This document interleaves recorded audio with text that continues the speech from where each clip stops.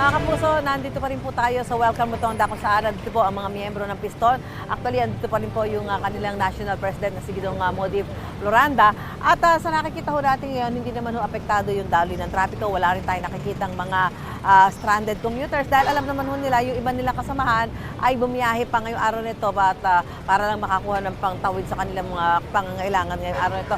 Isang miyembro ho ng Piston na makakasama natin ngayon, tatanungin natin, Sir, bakit ho kayo sumama sa transport strike ngayong araw na ito?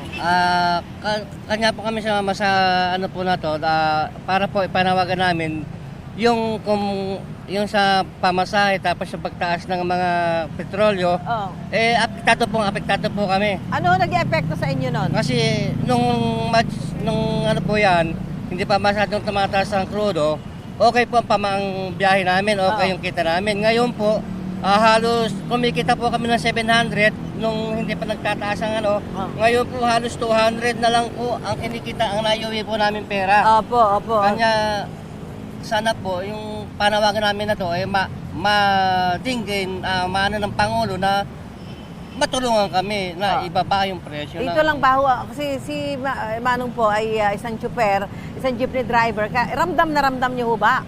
Ay sobra po, ma'am. Sobra po yung ramdam namin na kung paano namin, kung saan kami kukuha ng para kain ng pamilya namin. Pang araw-araw? Pang araw-araw po. Ano panawagan niyo sa gobyerno? Ang panawagan ko po sa gobyerno, sana po yung mga pagtaas na to, dapat, huwag na ngayon dahil kaya naman po ng gobyerno na masolusyonan ng ano yan para hindi kami masyadong maapektuhan sa aming pamamasada. Kahit ho ba halimbawa, kung matuloy, halimbawa magkaroon ng taas sa pasahe, hindi ho ba sapat yon?